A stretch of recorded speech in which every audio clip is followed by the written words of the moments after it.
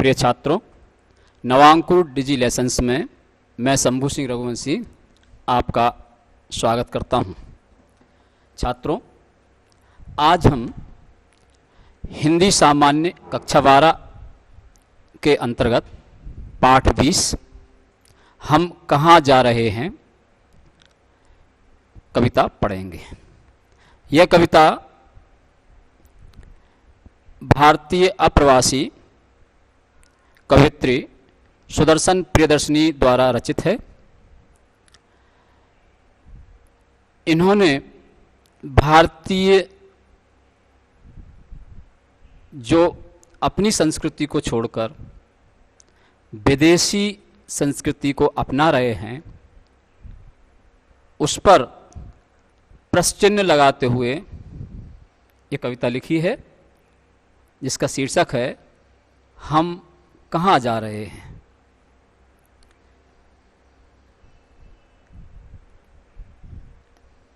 देखिए, इसमें हम कहाँ जा रहे हैं, यहाँ कवित्री का प्रश्न है अपने संस्कृति, जो कि श्रेष्ठ संस्कृति है,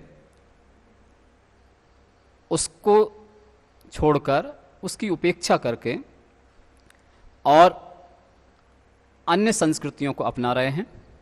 उस पर एक कविता उन्होंने लिखी है। चूँकि कविता नई शैली में है, नई कविता के अंतर्गत है, इसमें भाव को प्रधानता दी गई है।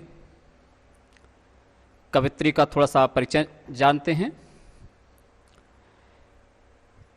इनका जन्म 7 अगस्त 1941 को लाहौर में हुआ था। उस समय भारत का बंटवारा नहीं हुआ था, चूंकि अब लाहौर पाकिस्तान में है। कवित्री विदेश में रहती हैं, अप्रवासी हैं। इनकी शिक्षा इन्होंने हिंदी से एमए पीएचडी की। अनेक वर्षों तक भारत में शिक्षण कार्य किया। उसके उपरांत ये विदेश में कई विभागों में कार्यरत रहीं। अमेरिका में 1982 में आई और उस समय उनका लेखन कार्य बंद रहा। विगत 2-3 सालों से भारत की विभिन्न पत्रिकाओं में इनकी कविताएं छपने लगी, इनके लेख छपने लगे। अमेरिका में रहकर भारतीय संस्कृति पर आधारित लगभग 10 साल तक पत्रिकाएं निकाली और अन्य प्रोग्राम टीवी पर और रेडियो प्रसारण भी किया। वर्तमान में ये स्वतंत्र लेखन कर रही हैं। इन्हें जो पुरस्कार मिले इनके कार्यों के लिए, वो महादेवी पुरस्कार हिंदी परिषद टोरंटो कनाडा के द्वारा, महानता पुरस्कार फेडरेशन ऑफ इंडिया ओहागो में, गवर्नर्स मीडिया पुरस्कार ओहायो यूएसए में। इनकी जो रचनाएं हैं जो प्रकाशित हो चुकी हैं, उपन्यास हैं जिसमें सूरज नहीं उगेगा, रेत की दीवार, कांच के टुकड़े, और कविता संग्रह है, उसका नाम है शिखंडी युग। भारत व अमेरिका के कई संकलनों में रचनाएं इनकी संकलित हैं। विभिन्न पत्र पत्रिकाओं में इनकी रचनाओं का प्रकाशन हुआ है। ये था सुदर्शन प्रियदर्शनी का संक्षिप्त परिचय। अब बात कविता की करते हैं। इस कविता में कवित्री ने बताया है कि विश्व में सर्वश्रेष्ठ भारतीय संस्कृति की उपेक्षा करके हम पाश्चात्य संस्कृति को अपना रहे हैं, उसका अंधानुकरण कर रहे हैं। विदेशियों की नकल करके सभ्य होने का झूठा दिखावा कर रहे हैं और घमंड कर रहे हैं। पाश्चात्य जीवन शैली और वस्तुओं को देखकर हम ललचा रहे हैं, उनकी ओर बढ़ रहे हैं, अपनी उपलब्धियों को नकार रहे हैं। हम कहाँ जा रहे हैं? हमने स्वयं अपनी धरोहर को भी विदेशी बता दिया। फेंग शुई, रेकी, योगा वास्तव में हमारी वास्तुकला, सत्व ज्ञान और योग के विदेशियों द्वारा बदले रूप हैं, जिन्हें हम विदेशी मानकर अपना रहे हैं और गर्व महसूस कर रहे हैं। कवित्री ने आह्वान किया है कि आइए हम अपनी ये छद्म यानी बनावटी प्रवृत्ति को उतार फेंकें। पाश्चात्य संस्कृति एवं जीवन शैली को बिना विचारे स्वीकार करना, अपनाना बुद्धिमानी नहीं है। अपनी उपलब्धियों को नकारना ठीक नहीं है। तनिक विचार कीजिए, हम कहाँ जा रहे हैं? कविता, जैसा कि आप जानते हैं, कोई भी कविता परीक्षा में जब लिखने आती है, उसकी व्याख्या करने, तो उसका संकेत, संदर्भ, प्रसंग, व्याख्या, विशेष, इन बिंदुओं पर कविता की व्याख्या लिखी जाती है। संदर्भ में पाठ का नाम, कवि का नाम जो आप जानते हैं, पॉइंट बनाकर लिख सकते हैं या भाषागत लिख सकते हैं। प्रसंग, कविता पढ़ने के बाद कवित्री उसमें क्या कहना चाह रही हैं, वो प्रसंग बनता है। फिर व्याख्या और फिर विशेष। विशेष में यहां देखा जाए तो खड़ी बोली नई कविता है और इसमें कवित्री ने मुहावरों का भी प्रयोग किया है।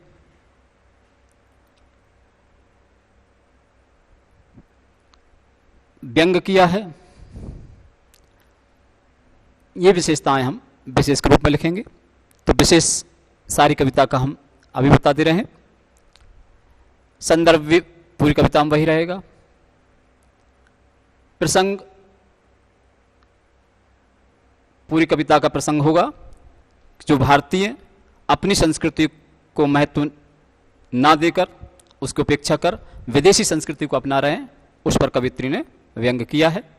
ये इस कविता का प्रसंग होगा। आइए अब करते हैं व्याख्या। चिरंतन काल से लिख पढ़ लिख पीढ़ी दर पीढ़ियां चली, मान्यताएं बदलकर अपना सर हम मुड़ा रहे हैं, न जाने हम कहाँ जा रहे हैं। चिरंतन माने होता है चिरकाल, आदिकाल, प्राचीन काल कह सकते हैं। शुरुआत के समय से लेकर अब तक लिख पीढ़ी दर पीढ़ियां चली आ रही हैं। जो चिरंतन काल से माने सनातन काल से, हमेशा से जो हमारी संस्कृति थी, जो बातें उसमें लिखी गई थीं, पीढ़ी दर पीढ़ियां, अनेक पीढ़ियां उन मान्यताओं को मानती हुई चली आ रही थीं। लेकिन वर्तमान में हमने उन परंपराओं को, उन रीतियों को, उन रिवाजों को, उन मान्यताओं को बदल दिया। यानी क्या किया? सिर हम मुड़ा रहे हैं, मतलब हम अपना सिर मुड़वा रहे हैं, माने खुद ही हम अपना हानि, सिर मुड़ाना ये मुहावरा होता है। इसका मतलब होता है खुद को हानि पहुंचाना, खुद की हानि करना। अपनी हानि को मुहावरे के रूप में या कवित्री ने कहा है कि सिर हम मुड़ा रहे हैं, माने जो हमारी मान्यताएं प्राचीन काल से चली आ रही थीं, उन मान्यताओं को हमने खुद ही बदल डाला, माने हमने अपना सिर खुद मुड़वा लिया। न जाने हम कहाँ जा रहे हैं, हम पता नहीं कहाँ चले जा रहे हैं। यानी हम अपनी संस्कृति की खुद उपेक्षा कर रहे हैं। आगे है, चाणक्य नीतियों के चक्रव्यूह में फंसे हम अभिमन्यु के व्यूह को दोहरा रहे हैं। चाणक्य नीति, चाणक्य वैसे कौटिल्य को कहते हैं। कौटिल्य ने अर्थशास्त्र लिखा। अर्थशास्त्र मतलब यहाँ धन का शास्त्र नहीं, अर्थशास्त्र माने राजनीति की कुछ बातें, कुछ परंपराओं के कुछ नियम। यहाँ चाणक्य नीतियों का भी व्यंग में उपयोग किया गया है। माने हम चाणक्य की तरह नीति, कूटनीति जो चला रहे हैं, वो कूटनीति को चाणक्य नीति कहा है कि चक्रव्यूह में फंसे हम अभिमन्यु के व्यूह को दोहरा रहे हैं। जैसे अभिमन्यु चक्रव्यूह में फंस गया था,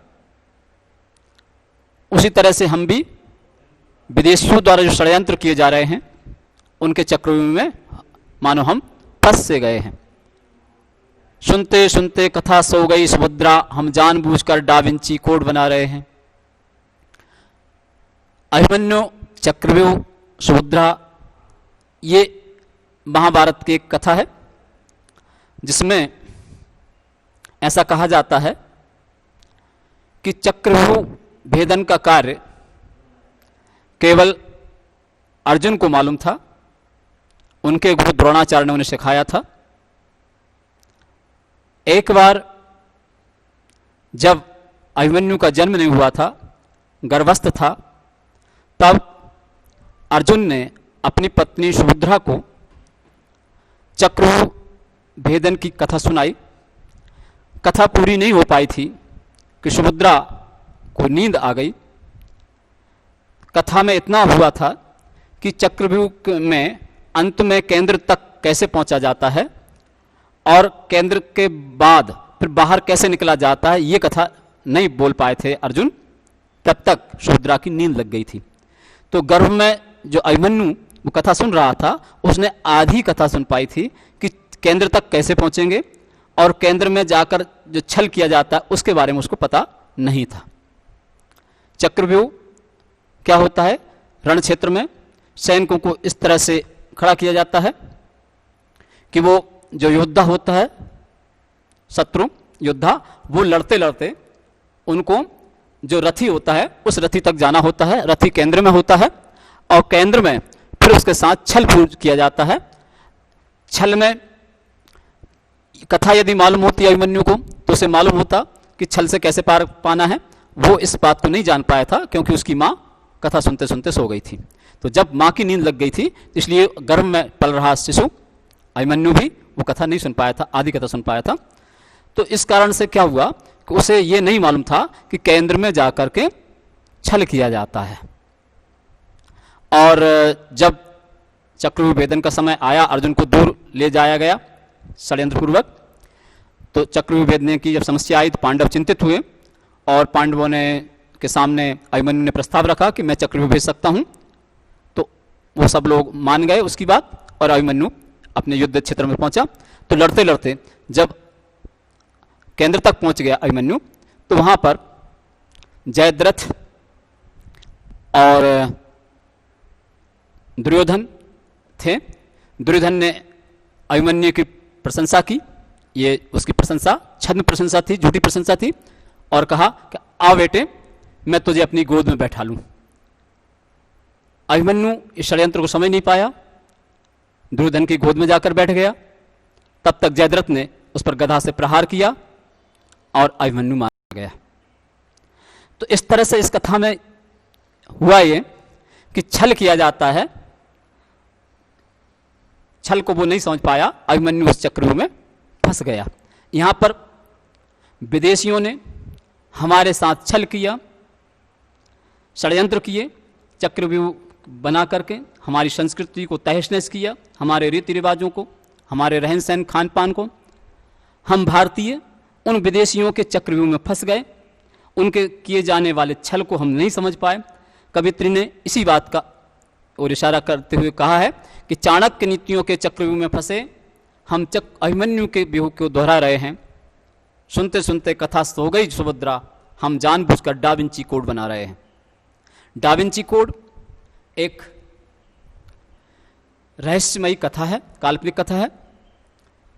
2003 में एक अंग्रेज लेखक थे, उन्होंने एक कथा लिखी, कहानी लिखी।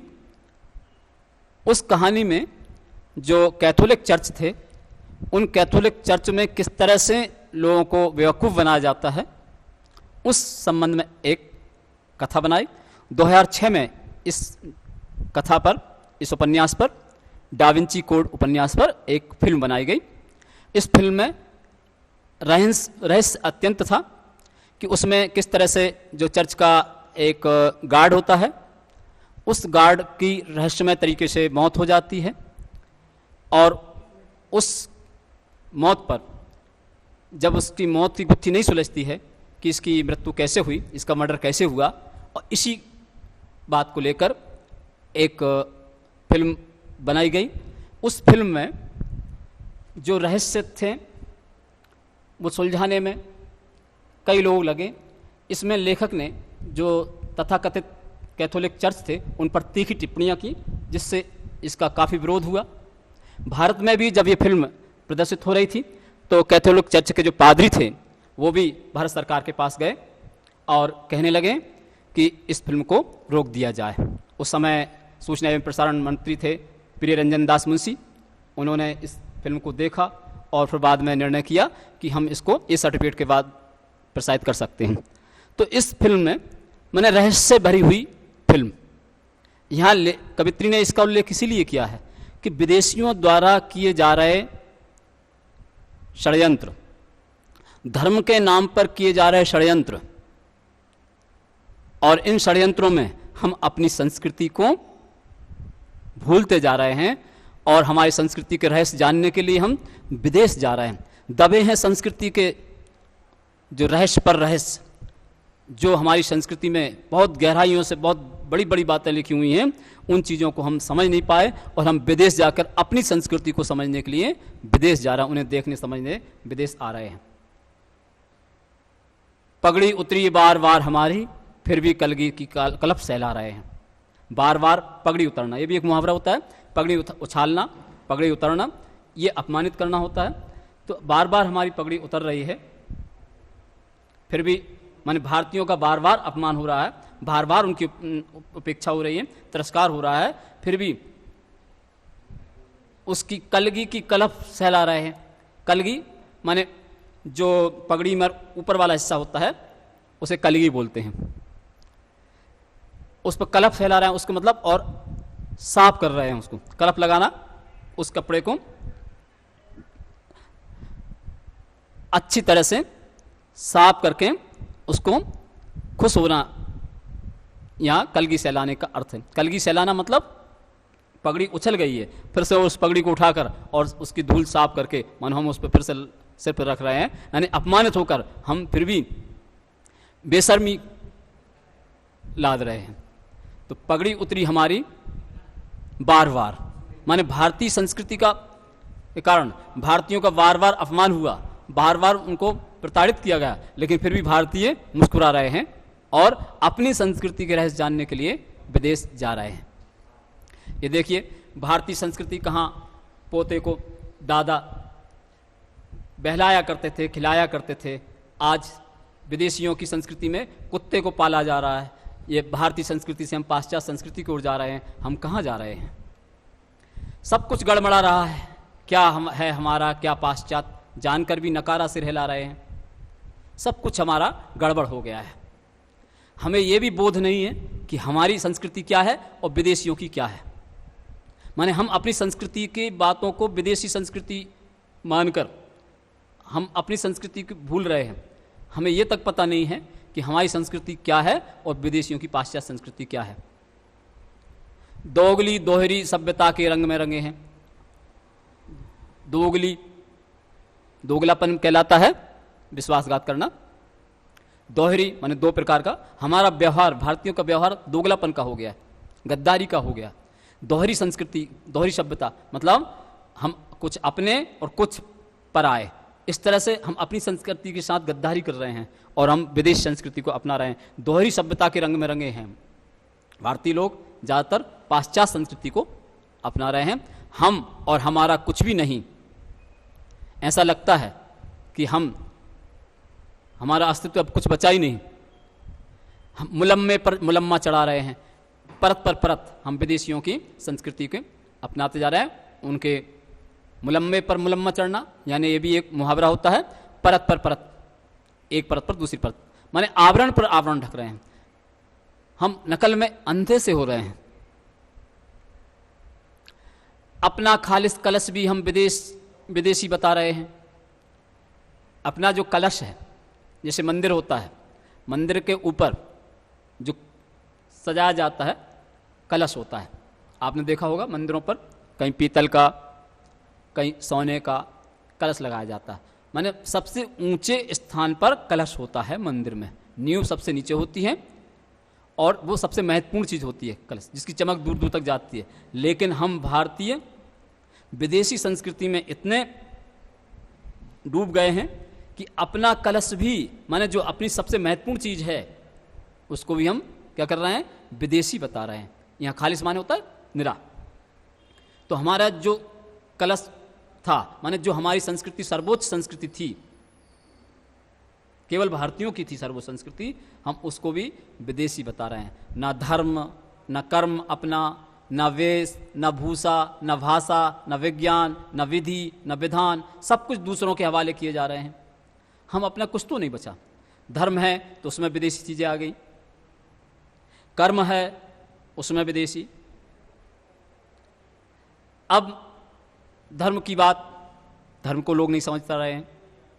कैंडल जलाना ये भारतीय संस्कृति में नहीं होता, मोमबत्ती बुझाना ये भारतीय संस्कृति नहीं है। अपने कर्म ने, अपना वेश जो भारतीय परिधान है, न वेशभूषा, भारतीय परिधान को हम त्यागते चले जा रहे हैं।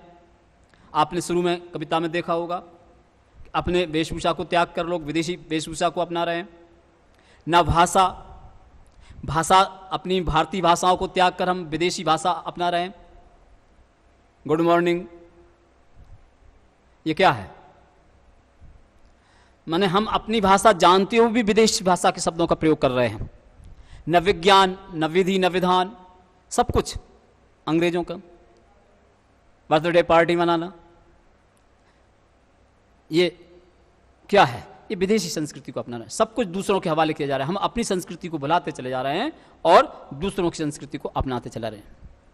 बड़े त्यागी ऋषि और दानवीर हैं हम, माने त्याग का एक तरह से दिखावा करते हैं, जैसे बहुत बड़े हम ऋषि हैं, बहुत दान करने वाले हैं। दूसरे हमें हमारे ही प्याले से हमारी सभ्यता का, संस्कृति का घूंट पिला रहे हैं। दूसरे लोग, विदेशी लोग क्या कर रहे हैं? हमारे ही प्याले से, हमारे ही प्याले में हमारी सभ्यता संस्कृति का घूंट पिला रहे हैं। माने हमारी संस्कृति को हमको ही परोस रहे हैं। यहीं से कुछ बातें सीख के गए और बाद में हमारे को वो सिखा रहे हैं। जैसे उल्टे बांस बरेली को, ये भी एक मुहावरा है। उल्टे बांस बरेली को मतलब जो चीज़ अपनी है और फिर वापस अपने पास आ जाए, तो वो कहलाता उल्टे बांस बरेली का। ये यहाँ बरेली उत्तर प्रदेश का एक शहर है जहाँ पर बांस बहुत अधिक मात्रा में होते हैं। यहीं से ये मुहावरा प्रारंभ हुआ था कि बांस बरेली में बहुत अधिक होते हैं। अब बांस खरीदने के लिए बरेली का व्यक्ति कहीं अन्य जगह जाए तो उस व्यक्ति को मूर्ख माना जाएगा, और उसी पर से ये मुहावरा बन गया कि उल्टे बांस बरेली को, अर्थात बांस खरीदने कोई बरेली से बाहर जाए और फिर बरेली को लेकर आए तो उल्टे बांस बरेली को। इस तरह से हम भारतीय भी कर रहे हैं कि अपनी संस्कृति विदेश के लोग विदेश में ले गए और हम अपनी संस्कृति को जानने के लिए विदेश जा रहे हैं, यानी उल्टे बांस बरेली को आ रहे हैं। योग साधना, ये भारत में था योग, इसको योगा कर दिया। धर्म नीति, जो धर्म के नियम थे, सब उल्टे हमें परोसे जा रहे हैं, वो वापस हमें लाए जा रहे हैं। जैसे देखा जाए वास्तुकला हुई, फेंग शुई, जो भारत में वास्तु शास्त्र होता था, कौन सी वस्तु कहाँ रखना चाहिए, कहाँ नहीं रखना चाहिए, हुई फेंग शुई। ये फेंग शुई हो गई। फेंग शुई क्या है? ये चीनी भाषा का शब्द होता है। फेंग माने होता है हवा, शुई माने होता है पानी। तो हवा पानी। अब फेंग शुई माने क्या होता है कि संस्कृति में जब मकान बनाया जाता है तो कौन मुख्य द्वार कहाँ होगा, किचन कहाँ होगे, लेटरिन कहाँ होगे, ये सब इसके वास्तु शास्त्र में सब नियम लिखे हुए हैं। ऐसे ही फेंग शुई में होता है। फेंग शुई में क्या होता है कि कहाँ कौन सी चीज़ रखी जाए। अब घर में रखते हैं लाफिंग बुद्धा। लाफिंग बुद्धा क्या है? बुद्ध की एक हंसते हुए मूर्ति, उसको घर में रखने से शुभ कहते हैं, धन की वर्षा होती है। हमारे वास्तु शास्त्र में ये सब चीज़ें थीं, लेकिन चीनी लोगों ने हमारे वास्तु शास्त्र को ले जाकर उस पर से उन्होंने कुछ नए नियम बना लिए। Feng shui. मछली पालन, घर में मछली पालन, ये भारतीय संस्कृति में नहीं था। भारतीय संस्कृति में मछलियों को दाना ले जाकर जलाशयों में चुगाया जाता था, लेकिन चीन में मछलियों को घर में रख लिया जाता है, रंग बिरंगी मछलियाँ, उनके जार बड़े बड़े आपने देखे होंगे, कई घरों में रखे होंगे। ये क्या है? ये चीनी नकल है, फेंग शुई है। फेंग शुई माने जो चीनी वास्तुशास्त्र को अपनाना है। तो हमारी वास्तुकला हुई फेंग शुई, क्या हो गई? फेंग शुई हो गई। और बड़े गर्व महसूस करते हैं। जिस घर में आप मछली हो उस घर में देखो बड़े इतराएंगे लोग, हमारे घर में मछली पालन है। कहाँ जा रहे हैं हम? ये कौन सी संस्कृति अपना रहे हैं? सत्व ज्ञान को रेकी बना रहे हैं। सत्व ज्ञान था भारत में, माने ईश्वरी शक्ति को मानने वाले। सत्व, रज, तम, ये 3 प्रकार के गुण होते थे। सत्व ज्ञान माने जो हमारी संस्कृति में ईश्वरीय शक्ति को मानना, वो सत्व ज्ञान था। और उस शक्ति को अपने में धारण करना, और उस शक्ति को फिर अनुभव करना, और उस शक्ति से फिर कुछ दूसरों की सहायता करना, ये था सत्व ज्ञान। लेकिन रेकी बना रहे हैं। अब रेकी क्या होता है? ये जापानी शब्द है, इस 2 अक्षरों से बना है, रे और की। रे माने होता है ईश्वरी शक्ति, और की माने होता है उपचार। तो रेकी माने हीलिंग, हीलिंग करते हैं। जापानी शब्द है रेकी, इसको अंग्रेजी में हीलिंग कहते हैं। और हिंदी में तो यहाँ कुछ लोगों को देखा होगा कि वो ईश्वरी शक्ति को पहले अपने में धारण करते हैं, कुछ दिन तक उपवास करके वो कुछ शक्ति का अनुभव करते हैं, और फिर अपने हाथ लगाकर किसी व्यक्ति को इलाज कर देते हैं और कहते हैं कि हीलिंग कर रहा हूँ, और उसका उपचार कर देते हैं। ये रेकी है। तो रेकी कहाँ आया? जापान से आया। ये कहाँ का था? भारत का। भारत का क्या था? वो सत्व ज्ञान। जापान में पहुँचा और वहाँ से रेकी बनकर आ गए। तो हमारी संस्कृति जहाँ वास्तुकला फेंग शुई हो गई, रेकी सत्व ज्ञान को रेकी बना डाला, योग को योगा, हमारे देश में था योग, और उसको क्या बना दिया? योगा, योगा कर दिया। बाहर के लोग जो सिखाते हैं तो योगा बोलते हैं, हमें लोग भी जब बोलते हैं तो योगा कहेंगे, उसे योग नहीं कह सकते। योग कहने में गर्व महसूस करते हैं। उन्हें से लगता है कि योगा शब्द शायद अंग्रेजी का शब्द है, योगा अंग्रेजी से आया, विदेश से आया। तो हम अपनी संस्कृति को विदेशियों के हवाले करके, वो विदेशियों से फिर उनके बदले हुए रूप को स्वीकार कर रहे हैं और उस पर गर्व महसूस कर रहे हैं। हम कहाँ जा रहे हैं?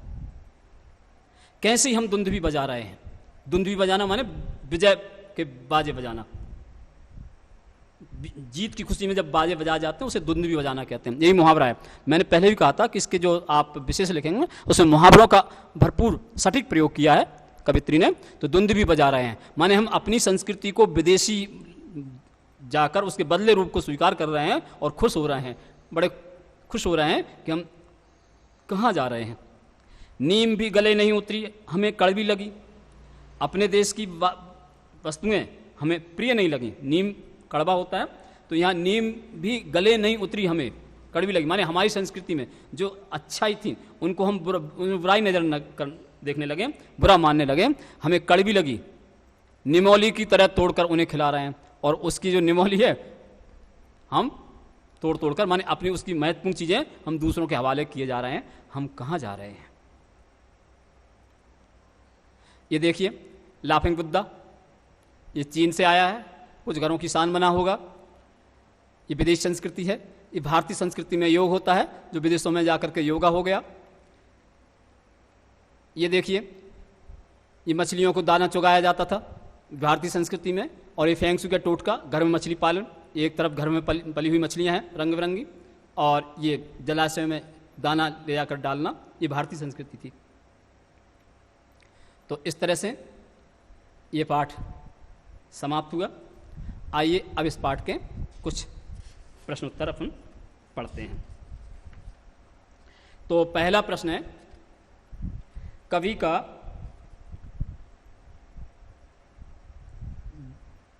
दोगली दोहरी सभ्यता से क्या आशय है?